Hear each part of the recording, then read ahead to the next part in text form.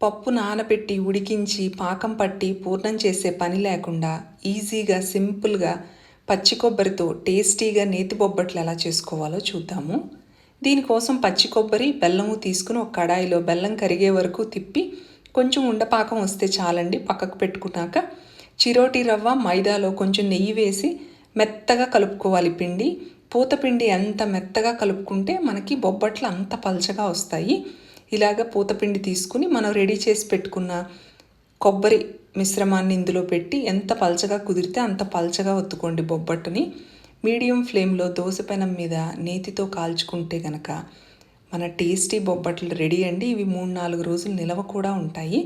Full recipe కోసం నా ఛానల్ని విజిట్ చేయండి. వీడియో నచ్చినట్లయితే లైక్ చేయండి, షేర్ చేయండి, సబ్స్క్రైబ్ చేసుకోండి. నెక్స్ట్ టైం ఇలాగే ఇంకొక క్విక్ అండ్ సింపుల్ రెసిపీతో మళ్ళీ కలుద్దాం. Thank you.